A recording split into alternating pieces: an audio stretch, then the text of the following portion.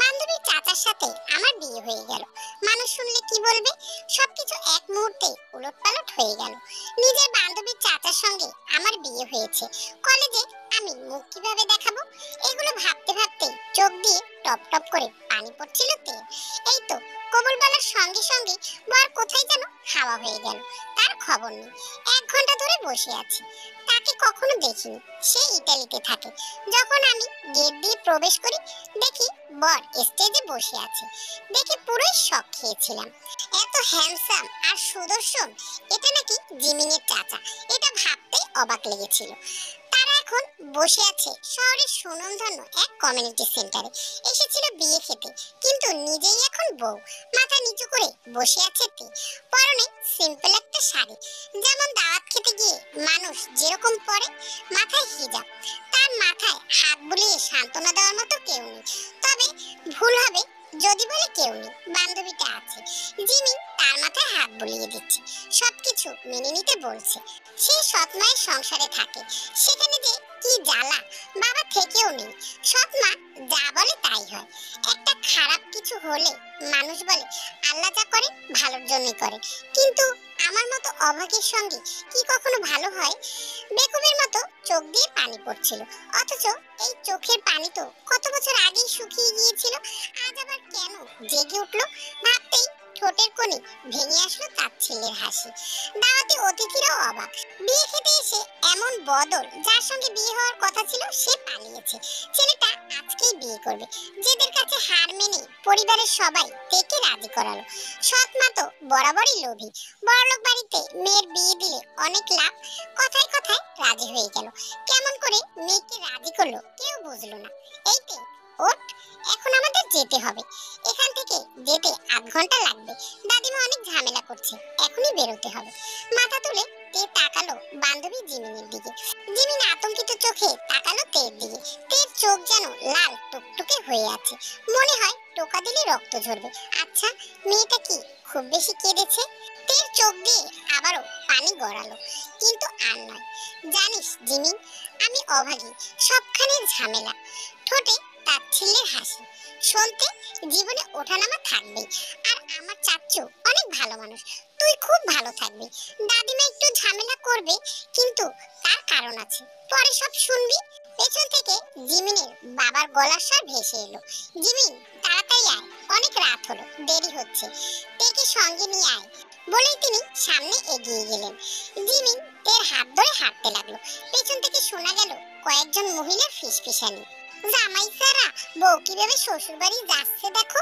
আমার তো মনে হয় ছেলেটা মেয়েটাকে পছন্দ করেনি। ছেলে এত সুন্দর, আকাশের চাঁদ। আর কোথায় কি মাইয়াটা অনেক লোভী আছে, না হলে স্বামী ছাড়া শ্বশুর বাড়ি যায় কেমন করে? সব কথা কানে এলো।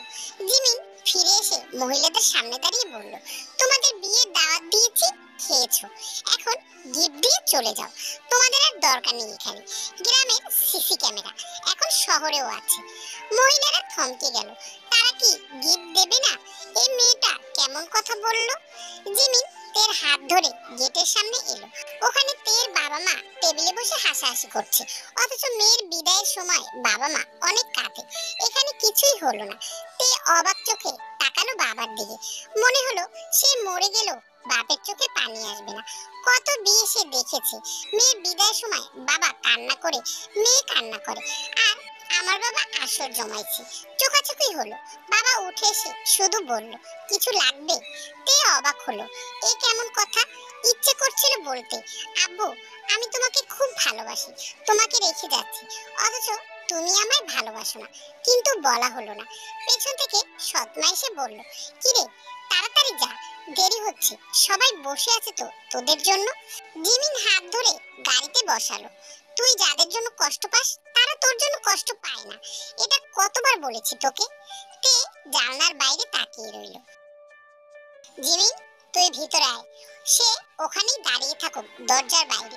এ কথা শুনে সবাই একসঙ্গে তাকালো কিংসুক জিনের দিকে। কি হলো, আসো। দাদিমা, ও কিভাবে বাইরে থাকবে? যার বউ সে বুঝবে।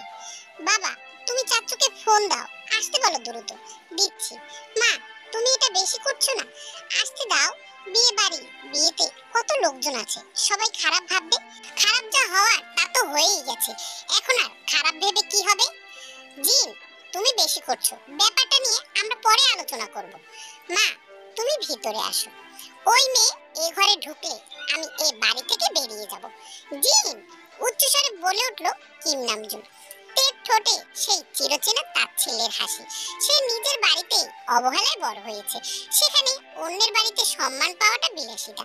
মাথা নিচু করে আঁচলের কোণা ধরে দাঁড়িয়ে আছে সে। তোমার ছেলে দেশে আসার 5 দিনের মধ্যে যা ইচ্ছে তাই করছে। কোন মেয়েকে দেখলো, বলল 72 ঘন্টার মধ্যে বিয়ে করবে। এখন সে মেয়ে কোথায়? অন্য মেয়ে বিয়ে করে নিয়ে এলো। ওই মেয়ে যে নেই, আমাকে একবার বলার প্রয়োজন মনে করলো না? কি হয়েছে এখানে? কথাটি পিছন থেকে বলে উঠল জিয়ন জাংকুক। ফর্সা গায়ের রং যেন সকালের প্রথম আলোয় মাখা চাঁদের মতো উজ্জ্বল। গায়ে মানানসই ফিটিং কোট, বুক চওড়া, ভরাট কাঁধের পোশাকটা তাকে আরো রাজকীয় করে তুলেছে। বাঁ হাতে ঝকমকে রিচ ওয়াচ, আলো পড়লেই ঝিলিক দিয়ে ওঠে। অন্য হাতটায় অবলীলায় পকেটে রাখা আত্মবিশ্বাসী পুরুষের ভঙ্গিমা। চুলগুলো যত্ন করে সেট করা, ছোট ছোট কালো রঙের চুল কপালের উপর পড়ে আছে সামান্য অংশ, যা তাকে আরো আকর্ষণীয় করে তুলেছে। চোখের তীক্ষ্ণ দৃষ্টি, কিন্তু ভিতরে লুকিয়ে আছে এক ধরনের গভীরতা। দাঁড়ালেই চারপাশ স্থির হয়ে যায়, সবাই তাকিয়ে থাকে কেবল তার দিকে।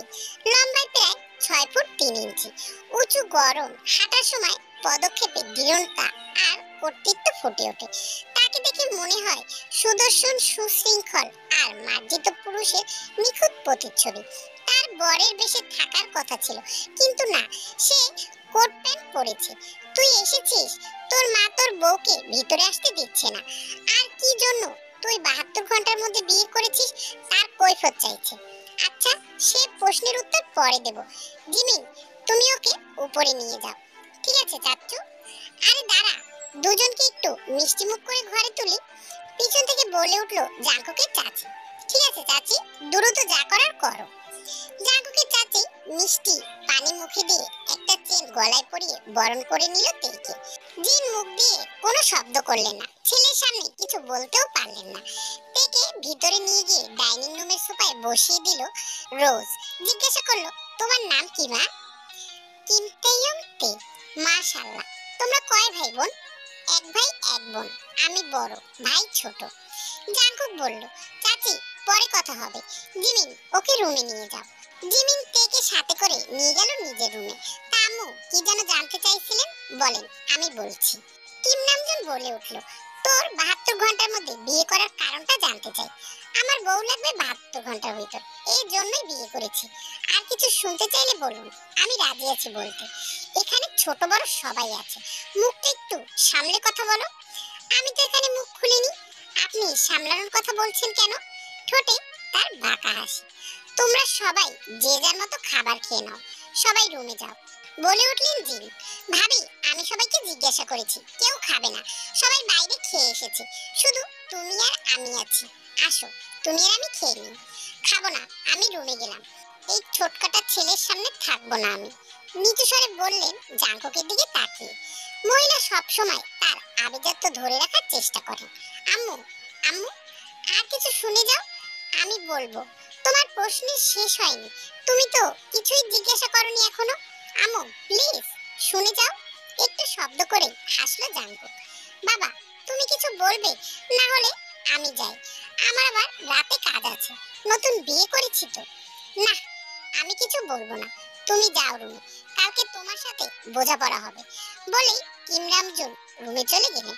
তার দিকে তাকিয়ে জাঙ্কুক ঠোঁট কামড়ে নিজের হাসি চেপে রেখে নিজের রুমে চলে গেল। জিমিন ফ্রেশ হয়ে এসে তেকে পাঠালো ফ্রেশ হতে, নিজের জামা দিল যাতে গোসল করে পড়তে পারে। তে তার কথা মতো ওয়াশরুমে গেল। আয়নার সামনে দাঁড়িয়ে নিজের মুখ দেখে বিড়বিড় করে বলল, মা, তুমি কেন আমাকে তোমার সাথে নিয়ে গেলে না? জানো মা, এই পৃথিবীটা অনেক নিষ্ঠুর, আমি একটু ভালো থাকতে চাই মা, তোমার কোলে মাথা রেখে একটুখানি ঘুমাতে চাই। কত রাত হয়ে গেল মা, আমি চোখ ভরে ঘুমাতে পারি না মা, আমাকে কি একটু ভালোবাসা যায় না? কেউ আমাকে ভালোবাসে না, আমি বুঝতে পারছি সামনে আমার ভয়ঙ্কর দিন আসছে। আমার শখের বয়সে আমি কারো বোঝা হয়ে যাচ্ছি বলেই বলতে বলতে হু হু করে কেঁদে উঠল তে। জিমিন আসবো? জিমিন দরজার কাছে গিয়ে দেখে জাঙ্কুক দাঁড়িয়ে আছে। চাচ্চু তুমি? আসলাম তোকে দেখতে। তুমি ফ্রেশ না হয়ে আমার রুমে এসেছো, ব্যাপারটা ঠিক হজম হচ্ছে না। 5 দিনে একদিনও আসোনি, আর তুমি বাইরে থেকে এসে আগে ফ্রেশ হও। আর আজকে ব্যাপারটা কি? তোমার শেরওয়ানি কখন বদল করলে? ভুরু কুচকে জিজ্ঞাসা করলো জিমি।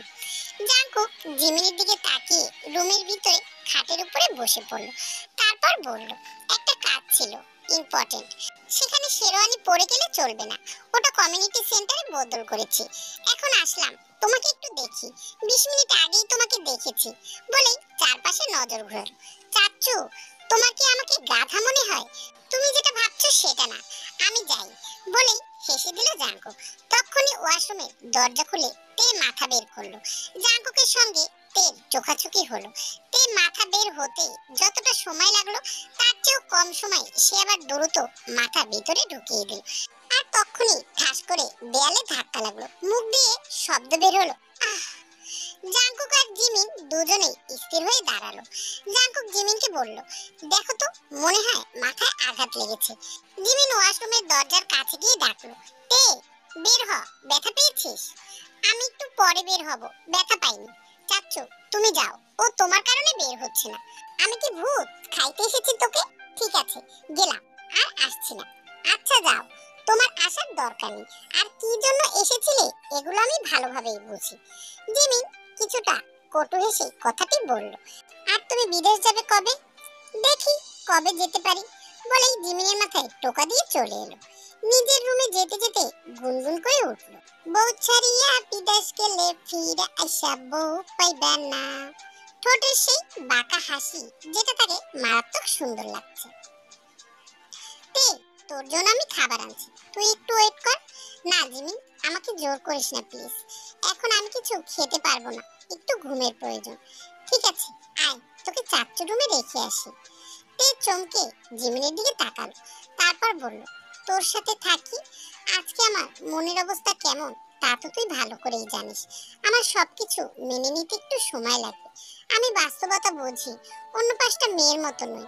শুধু আজকে রাতটুকু। ঠিক আছে, তাহলে তুই আমার কাছেই ঘুমা, আমি ছোট দাদুকে বলে আসি। জিমিন, আমার রুমে আসো তো একটু। জাঙ্কুকের কণ্ঠ শুনে তে ব্যালকনিতে দৌড়ালো। জিমিন একবার তাকিয়ে বাইরে এসে জাঙ্কুককে বলল, কি জন্য ডাকছো চাচ্চু? আমার কোটটা একটু গুছিয়ে রাখো। জিমিন রুমে গিয়ে কোটটা গুছিয়ে আবার নিজের কক্ষে ফিরে এলো।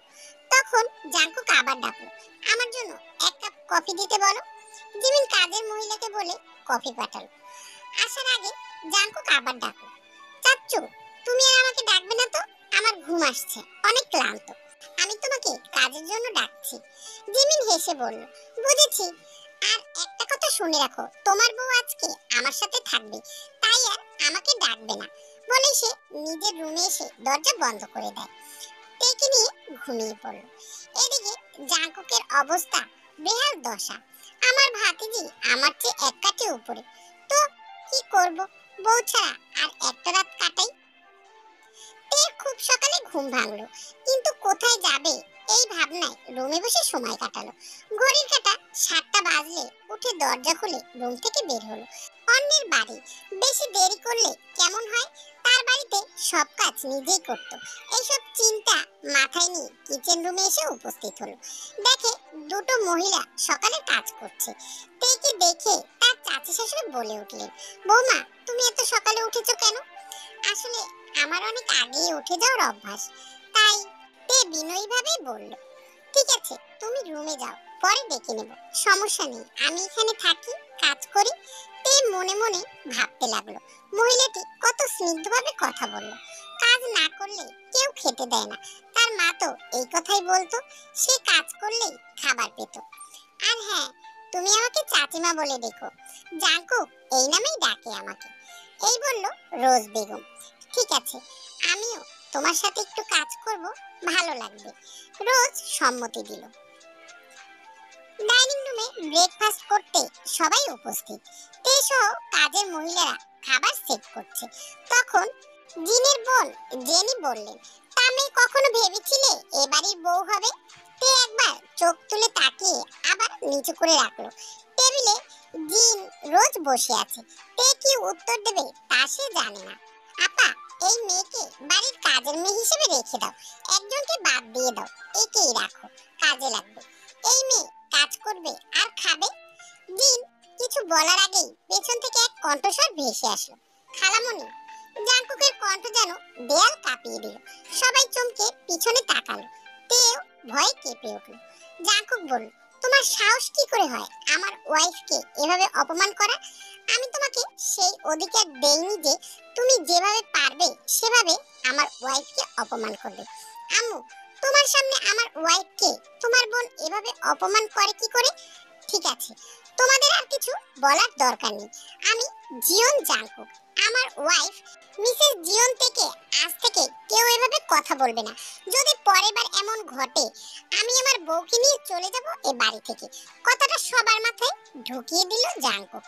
জাঙ্কুক চিল্লিয়ে ওঠার কারণে ডাইনিং রুমে সবাই উপস্থিত কেউ কিছু বলার সাহস করলো না।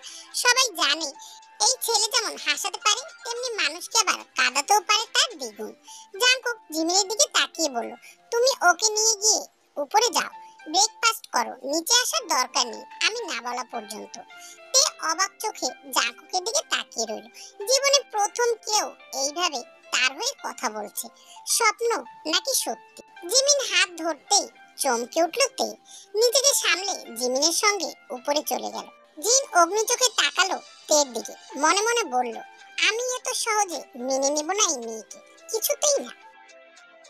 দুপুর 12টা। জাঙ্কুক রুমের সোফায় বসে আছে, টেবিলের উপরে পা রেখে তার রুমে কি হচ্ছে দেখছে। তার বন্ধুরা এসেছে 3জন ফুল নিয়ে বাসরঘর সাজাতে। তারা সাজাচ্ছে। আমি তোদেরকে মানা করলাম এগুলো করিস না, আমার বাসর হবে না রে। এই মেয়ের কাছে গেলেই ভয় পায়। কালকে রাতে জিমিনের রুমে 5 বার গিয়েছিলাম, সে ব্যালকনিতে দৌড়ায়। আর তোরা কিভাবে বাসরঘর সাজাস? হবে না রে, হবে না, আমার টাকা নষ্ট করিস না। জিও ফেসে বলল, তুই যেভাবে বিয়ে করেছিস আন্টি শুনলে হার্ট অ্যাটাক করবে। মুখ খুলবো নাকি? শোনো সবাই, তুই কি মুখ খুলবি তার আগেই আমি বলছি, আমার তো বউ লাগবে, তার জন্য বিয়ে করতে হবে। আর তোরা তাড়াতাড়ি আমার রুম থেকে বের হ, আমি একটু রূপচর্চা করব। আজকে কিন্তু একটা স্পেশাল দিন, সে কথা ভুলিস না। লাজুক হেসে বলল জাঙ্কুক, তুই যে রূপচর্চা করিস ভাবি যদি দেখে হার্ট অ্যাটাক করবে আমি শিওর। আবার টেনশন হচ্ছে, তুই না রূপচর্চা করতে করতে রাত শেষ করে দিস, তারপর বাসর আর হবে না। জিহাদের কথা শুনে রুমে সবাই হেসে উঠল। শালা, আমি রূপচর্চা করি বলে মেয়েরা লাইন দিয়ে দাঁড়ায়, আর তোরা মেয়ে দেখলেই তো কুকুরের মতো জিব্রা বার করিস। জিওপের মুখ ভার করে বলল, তুই আমাদের সাথে থাকলে কোনো মেয়েই তাকায় না, কিন্তু জানিস তুই না থাকলে মেয়েরা আমাদের দিকে হা করে তাকিয়ে থাকে। ও মামা, তাই নাকি? ঠিক আছে, একদিন আমি মাস্ক পরে থাকবো, তারপর তোরা 3জনে আমার সামনে দিয়ে চলে যাবে যেখানে মেয়েরা বেশি থাকবে। আমি তখন দেখব কোন মেয়ের রুচির দুর্ভিক্ষ পড়েছে যে তোদের দিকে তাকাবে। চাচু, আসবো? হ্যাঁ আসো। আজকে আমার ঘরে কি জন্য? কালকে আমি বলেছিলাম তাই তুমি আজকে আমাকে এইভাবে বলতেছো? মা, কালকে ওই দুঃখের কথা তুলো না প্লিজ। কিসের দুঃখ? আর তুমি তো আমাকেই ডাকছিলে।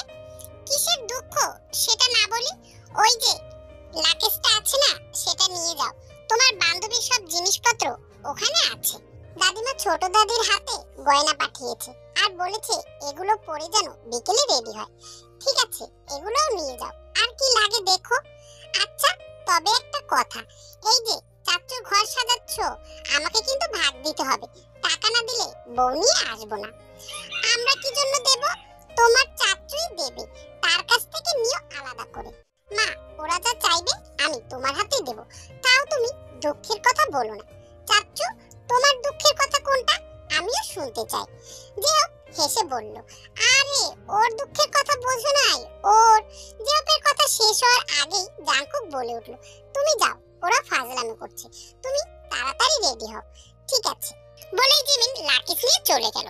মাম্মা, তুমি কাকে তাড়াতাড়ি রেডি হতে বললা? হ্যাঁ, তোমার তো দেখি ধৈর্য শেষ হয়ে আসছে। তোদের হাতে 30 মিনিট দিলাম, এই 30 মিনিটের মধ্যে কাজ শেষ না করলে তোদের আমি রুমেই আটকে রাখবো বলেই জাঙ্কুক তার মায়ের কাছে চলে গেল। তোর বাসর আজকে আমি করাইতেছি। ও কি বললো শুনলি না? আমরা নাকি মেয়েদেরকে কুকুরের মতো জিব্বা বাহির করি। শালা কয় কি, দেখি তুই বাসর কিভাবে করিস। এই বলেই একটি ডেবিল মার্কা হাসি দিল যে হোক। সেটা না হয় করব, কিন্তু তুই হারামি কির জন্য বললি ও না থাকলে মেয়েরা আমাদের দিকে তাকায়? কই, আমি তো কখনো দেখলাম না। যে হোক, মুখটা থমথমে করে জবাব দিল, তাড়াতাড়ি কাজ শেষ কর, না হলে টাকা পাবি না। আম্মু আসবো? আমার আর তোমার প্রয়োজন আছে? তুমি তো নিজেই ইচ্ছে মতো সবকিছু করতে পারো, তবে কি জন্য আমার কাছে এসেছো? তিনি বিছানায় বসে কথাটি বললেন, পা বিছানার উপর মেলে দিয়ে আছে। জাঙ্কুক এগিয়ে গিয়ে মায়ের পায়ে মাথা দিয়ে শুয়ে পড়ল।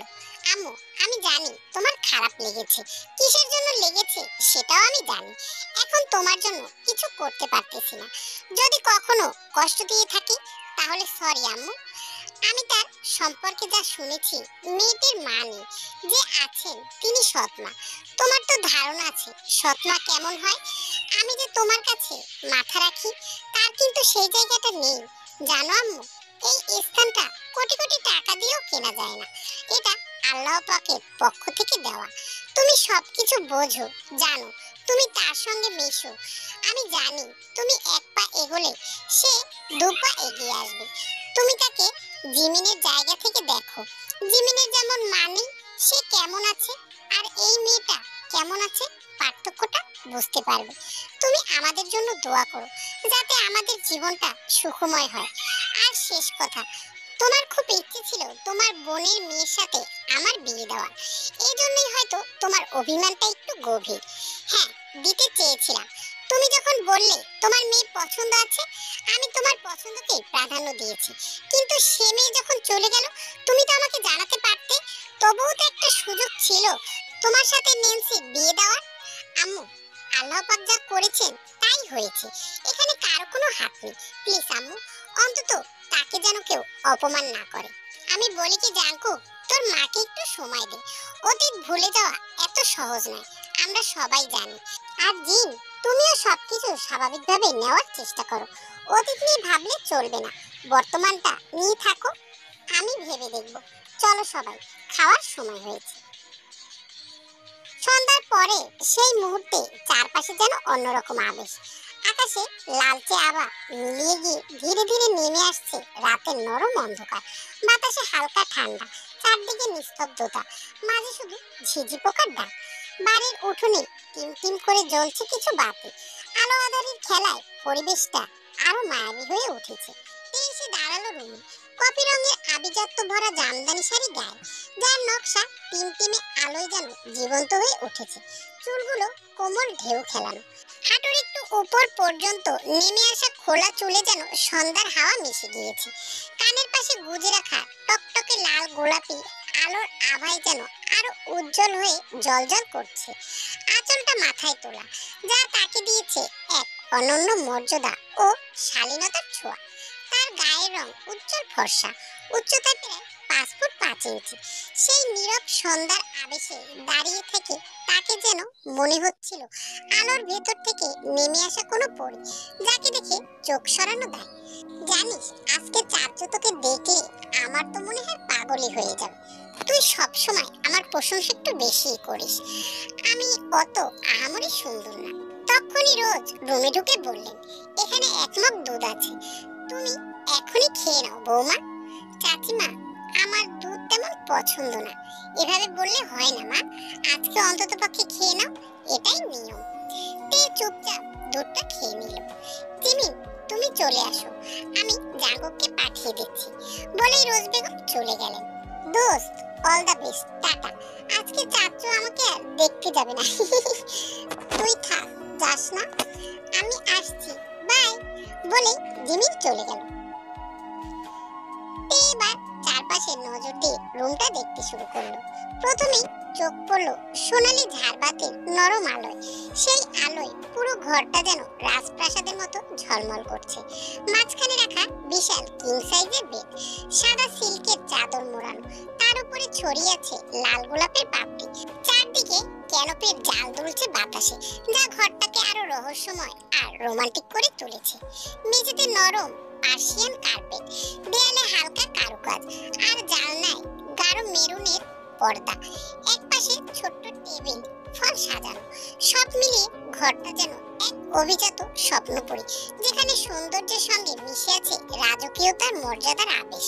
ঠিক তখনই দরজা খোলার শব্দ হলো। তের বুকটা ধক করে উঠল। পিছনে ঘুরে সে দেখলো জাঙ্কুক এসেছে। আসবো? হালকা ধূসর পাঞ্জাবি পরে, মুখে একরাশ ক্লান্তি, আর চোখে এক গভীর শান্ত আলোর ঝিলিক। জাঙ্কুক থমকে দাঁড়ালো দরজার কাছে। কিছুক্ষণ দুজনেই নীরবে তাকিয়ে রইল একে অপরের দিকে। মুহূর্তটা যেন থেমে গেল। বাতাসে মিশে থাকা গোলাপের গন্ধ, হালকা ঝিঝি পোকার ডাক, আর সেই নরম আলোয় দুজনের ছায়া মিলে তৈরি হলো এক অদ্ভুত আবেশ। আসবো? জাঙ্কুকের কণ্ঠে অচেনা এক কোমলতা। ঘরে এক মুহূর্তের নীরবতা নেমে এলো। বাইরের বাতাসে জানালার পর্দা দুলছে, ক্যানোপিনের জালটা হালকা লড়ছে, গোলাপি পাপড়িগুলো যেন দমকা হাওয়ায় ফিসফিস করছে। এর উত্তরে তে কি দেবে বুঝে উঠতে পারল না। ঘর তো তারই, সবকিছুই তার। জাঙ্কুককে দেখা মাত্র চোখ নামিয়ে নিল সে। জাঙ্কুক মুচকি এসে দরজাটা আস্তে করে বন্ধ করে দিল। দরজার শব্দে তের শরীর হালকা কেঁপে উঠল। জাঙ্কুক তার সামনে এসে দাঁড়াতেই তে নিচু হয়ে সালাম দিতে গেল। জাঙ্কুক এক পা পিছিয়ে যায়। কি করছো এগুলো? আমার পছন্দ না। চাচিমা বলেছেন সালাম করতে হয়, এটাই নিয়ম। এটা আমাদের ইসলামে নেই, তাই নিয়মও নেই। যেটা আছে সেটা করো, স্বামীর সেবা, তাতেই আমি খুশি। প্রথম কথাগুলো ঠিকঠাক ছিল, কিন্তু পরের কথাগুলো শোনার জন্য তে প্রস্তুত ছিল না। সে হঠাৎ মুখ ঘুরিয়ে নিল। জাঙ্কুক তা দেখে রুমের লাইটের দিকে এগোলো আর বিড়বিড় করে বলল, এই লাইটে কি আর বউ দেখা যায়? বউ তো দেখতে হয় সাদা বাতির আলো। সে সুইচ টিপ দিল, কিন্তু লাইট জ্বলে না। দু তিনবার চাপ দিয়েও কিছু হলো না। জাঙ্কুক হালকা এসে মনে মনে বলল, আমার বউকে দেখে লাইটের কপালে ফেটে গেল নাকি? এর দুঃখ আমি এখন কোথায় রাখি? সে ব্যালকনিতে গিয়ে লাইট অন করলো। দরজার ঠিক সামনে লাইট থাকায় ঘরটা আলোয় ভরে গেল। ঘরে ফিরে জাঙ্কুক সরাসরি তাকালো তের দিকে। তের চোখ দুটো যেন নতুন করে ঝলমল করছে। আগেও দেখেছে, কিন্তু আজ অন্যরকম লাগছে। মায়াবী, স্নিগ্ধ, অপার্থিব। তে একটু অপ্রস্তুত হয়ে নড়ে চড়ে উঠল। লজ্জায় তার মুখ লাল হয়ে গেছে। জাঙ্কুকের ঠোঁটে ফুটে উঠল চিরচেনা সেই বাঁকা হাসি। সে ঠোঁট চেপে ধরে তাকালো লাইটের দিকে। লাইট নেই। তাকিয়ে সে বুঝে ফেলেছে তার বন্ধুরাই এসব করেছে। মনে মনে হাসলো, এরা এত ভালো কেন রে? জাঙ্কুক আলমারি খুলে দুটো প্যাকেট বের করে আনলো। একটা তের দিকে বাড়িয়ে বলল, এখানে আমাদের দেনমোহরের 10 লক্ষ টাকার মধ্যে 3 লক্ষ নগদ আছে, আর বাকি 7 লক্ষের একটি চেক আছে। যখন ইচ্ছে তুমি তুলে নিও। তে অবাক হয়ে বলল, এত টাকা দিয়ে আমি কি করব? আমার লাগবে না, এখন রাখো, পরে যা ইচ্ছে করো, আপনার কাছেই থাকো। আচ্ছা, তবে এটা আমার তরফ থেকে ছোট্ট একটি উপহার। বলেই তের হাতে ছোট্ট একটি বক্স তুলে দিল। তে খুলে দেখে একটা পাথরের ডায়মন্ডের লকেট সহ চেন। সে বিস্মিত জাঙ্কুকের দিকে তাকিয়ে রইল। জাঙ্কুক তখন আলমারির পাশে কিছু ঠিকঠাক করছিল। তের মনে হচ্ছিল, এগুলো কি সত্যিই ঘটছে, নাকি আমি কোনো স্বপ্নে আছি, যা কখনো ভাবিনি, কখনো কল্পনা করিনি, তাই আজ সত্যি হচ্ছে। কি হলো ম্যাডাম, কোথায় হারিয়ে গেলে? জাঙ্কুকের ডাকে তের চিন্তার জাল ছিঁড়ে গেল। তেমন কিছু না, এই চেনটা সবসময় পরে থাকবা। দাও, আমি পরিয়ে দেই। আমি তোমাকে স্পর্শ করতে পারি? তে কেঁপে উঠল। কিছুক্ষণ নীরব থেকে ধীরে বলল, আমি একটু সময় চাইছিলাম। জাঙ্কুক হেসে উঠল, আল্লাহ, আমি ওই স্পর্শের কথা বলিনি।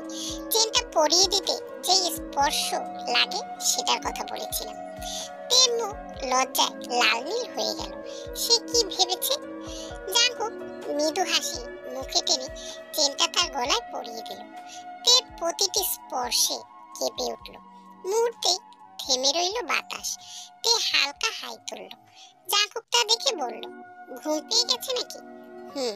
তাহলে যাও, দ্রুত ড্রেস চেঞ্জ করে ফ্রেশ হয়ে এসো। তে একটি সুতি শাড়ি পরে ওয়াশরুম থেকে বের হলো। এদিকে জাঙ্কুক 2-3 বার হাই তোলে।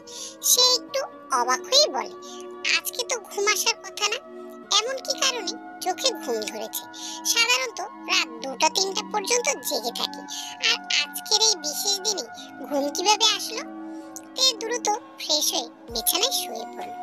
সে কোনো রকম বিছানার উপর থেকে গোলাপের পাপড়ি সরায়, মাঝখানে কোলবালিশটা দিতে ভুল করেনি।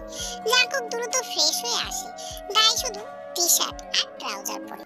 তে চোখ খুলে বলে, কোলবালিশটা মাঝখানে আছে, আপনি সরাবেন না। আর তার বিড়বিড় করা কথাগুলো ঠিকভাবে শোনা যায়নি। জাঙ্কুক কোলবালিশের দিকে একবার তাকিয়ে হাসি দিয়ে বলল, মন চাই তোরে লাথি মেরে বৃন্দাবন পাঠাই দে, শালার কোলবালিশ।